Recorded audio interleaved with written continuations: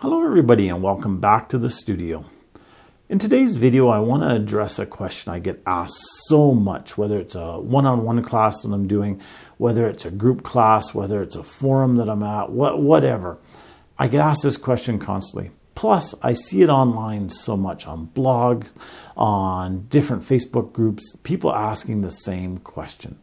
And that is, what's the one lens I should buy to, and then you can fill in after the two, just about anything.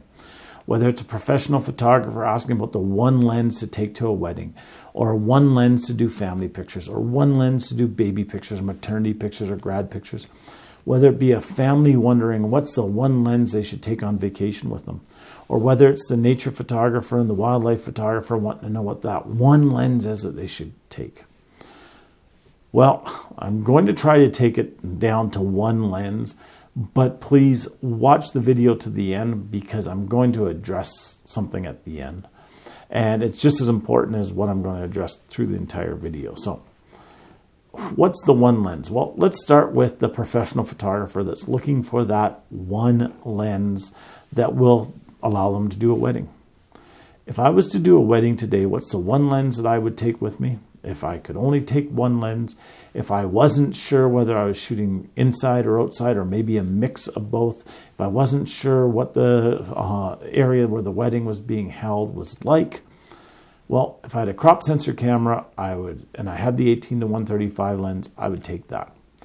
Or if I had the 24-105 lens, whether it be on a crop sensor camera or whether it be on a full-size sensor camera, that's the one lens I would take. Allows you to get close pictures, allows you to zoom out, allows you not to be constrained by the size of a room and trying to get a group picture in a tight room. It just works great. If I knew the area, and if you're a wedding photographer, if you're doing this professionally, you should always scout the area first. You should always be familiar with the area. 70-200 is my preferred lens if I have the room to work. It's the lens that I take and I do so much work with today. I love it because I like being out of the picture. I like not being in the middle of what's happening. I find I get much more enjoyable pictures and then what the photographer gets that stands right in front of their subjects and crowds them because they're shooting with a wide lens. I like the 70-200 because it gives me the flexibility to shoot from the wings, to shoot from the back, to shoot from the side, to shoot from a balcony and get a zoomed in, tighter shot. I just love that lens. What about the professional photographer that's shooting families? Families, if it's up to 3 people, 4 people, if it's young kids, 70-200 lens again. That's my go-to and that's the one I would take. If it's a larger group of people, 15, 20, 30, 40, 24-70, the 24-105 would be the lens that I would take on a crop sensor or a full-size sensor camera. If you only have the 18-135 on a crop sensor, take that one. It's a great lens and it works well. How about grad pictures, business portraits, branding pictures, awards banquets, awards ceremonies? Again, hands down, 24-105. If I didn't know the spaces that I was dealing with, if I knew that I had the space, if I was shooting outside, if I was shooting in my studio, 70-200. Again, no question. It just, again, allows me to be out of the action. It, again, allows me to be far enough back that people don't feel like I'm crowding them. Maternity pictures, same thing. Baby pictures, definitely 70-200. Allows me to be back far enough. I'm not in the baby's face. I can do different things. I can stand on a ladder and shoot down and zoom in. It just allows me to do so much. So what about the family that's going on vacation? What's the one lens for them to take? Well, if you got the crop sensor camera and you have the 18-135 lens, you're set. Go, enjoy it. If you have a full-size sensor camera, 24-105 would be the lens that I would take. Allows you to do some wider, more scenic-looking pictures. Allows you to do pictures of a waterfall and get wider or to zoom in. It just allows so much. You're able to take pictures of the kids on a water park, and you're able to take a picture of the family as a group picture. Just works so much better. I do, and I have done just the 70 to 200 on a trip. It worked great for 99% of the stuff, and I would recommend that lens. But honestly, that's almost got too much reach for most families. What they do, you're disconnecting from your family to take the picture by moving back. So again, I prefer a little bit of a wider lens for that. Now the nature and wildlife photographer. Well, I need to split those into two different groups, and I'm bad for it, just like everybody else. I'm trying to put the nature and wildlife people together and say that the scenic person should use the same lens as a wildlife photographer, and it just doesn't work like that. If you're a nature photographer, if you're shooting waterfalls, if you're shooting plants, if you're shooting scenics and mountains and that type of thing, crop sensor camera, 18 to 135 if you have that lens, or if you want to spend more money and if you have a professional lens, either the 24 to 70 or the 24 to 105. Great lenses, allows you to zoom in. It works great.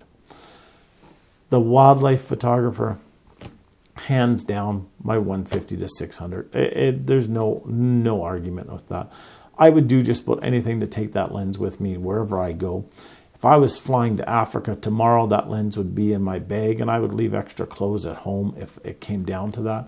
If I was going to the mountains tomorrow, which I'm hopefully going to do, and I only had room for one lens, if I was in a car with a bunch of other people and we could only take one small bag, and I would cram that 150 to 600 and the body in somewheres because I just love it. Yes, the 70 to 200 works. Yes, you can use it for wildlife. I just don't find it gives me the reach that I like. So that's what I would use. Now, let's address, shall we say, the elephant in the room or the elephant in the camera bag. And let's address this. Why the big need for just the one lens? If it's a cost thing and you're a professional photographer, rent the lens that you need. Borrow it from a friend if you have to. Don't try to get by with a lens that's not going to allow you to do what you have to do to make your living and to impress your clients. You should not be cutting corners on lenses. If you can't carry a lens for whatever reason, or extra lenses or extra bodies, and you're going to be parked close by, leave them in your vehicle. Sitting next to me on the sofa here is my big camera bag, and I mean it's the big one that has a pile of lenses in it, a couple bodies in it.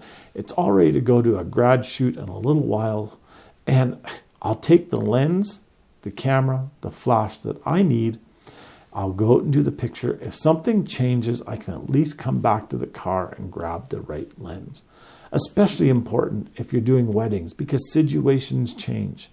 I cannot tell you how many times over the 30 years that I did weddings that I would go out expecting it to be a beautiful sunny day because that's what it was like before the ceremony. And as soon as the ceremony starts, it starts pouring buckets and we need to move inside for the formal pictures. And I only had the 70 to 200 and the room that I was in was too small for that lens. So I always had extra lenses. Now you don't have to go overboard. You don't need a ton of them. But seriously, people, if you're doing it for a living, definitely have an assortment of lenses. If you're just the person that's snapping family pictures and stuff, sure, you can probably get away with just one lens. But I'd even suggest there a couple lenses. What lenses would I suggest? Well, whether you're the professional photographer or whether you're a family, I would suggest a lens. If it's a crop sensor camera, the 18 to 135, and then the 70 to 200. Beautiful combination. You notice I'm not saying no 100 to 300 in that range. I find that lens just doesn't work for a lot of people. It's just almost too big. But even you could go with that one. The 18 to 135, then the 100 to 300, or my preferred one is, just because I love it so much, the 70 to 200, and you can do so much. On a full-size sensor camera, what would I recommend? Has to be the 24 to probably the 105, and then the 70 to 200. And I say the 105 because, yes, you could go with the 24 to 70 and the 70 to 200, But I like that extra range between 70 and 100 for when I'm shooting formal pictures even, where I'm using the wider setting, that it allows me to zoom in quickly without changing a lens. 24 to 70 is a great lens. I love it, got it, it works great. But I always find that I'm shooting either close to the 70, if not at the 70, or I'm switching it out for the 70 to 200 lens. Those two lenses work great. The nature photographer, the scenic photographer, again, 24 to 70, 18 to 135, and then the 70 to 200. Again, you're set. Wildlife photographer, well, for me, there's only one lens. I wouldn't even take a second lens. But if I was taking a second lens, it would be the 70 to 200. Works great, works wonderful. As for the quality of the lenses, get the best that you can afford. Get the best that you, if you have to rent it, if you're a professional, rent it. If you're going out on a once-in-a-lifetime trip, rent or borrow a lens to take with you so it's the best that you can get. You will not regret having the best quality pictures. So until next time, have a wonderful day. Get out there, take some great pictures, enjoy taking them, and we'll talk.